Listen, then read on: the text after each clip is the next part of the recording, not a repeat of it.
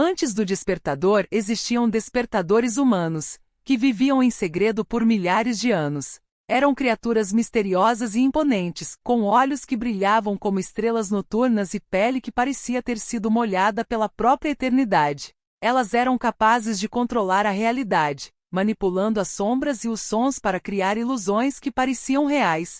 Seu objetivo era ajudar os humanos a despertar do sono, mas também tinham um propósito mais obscuro. São esses seres criados da escuridão que nos ajudam a viver a vida em sonhos? Ou somente são nossos guardiões e companheiros?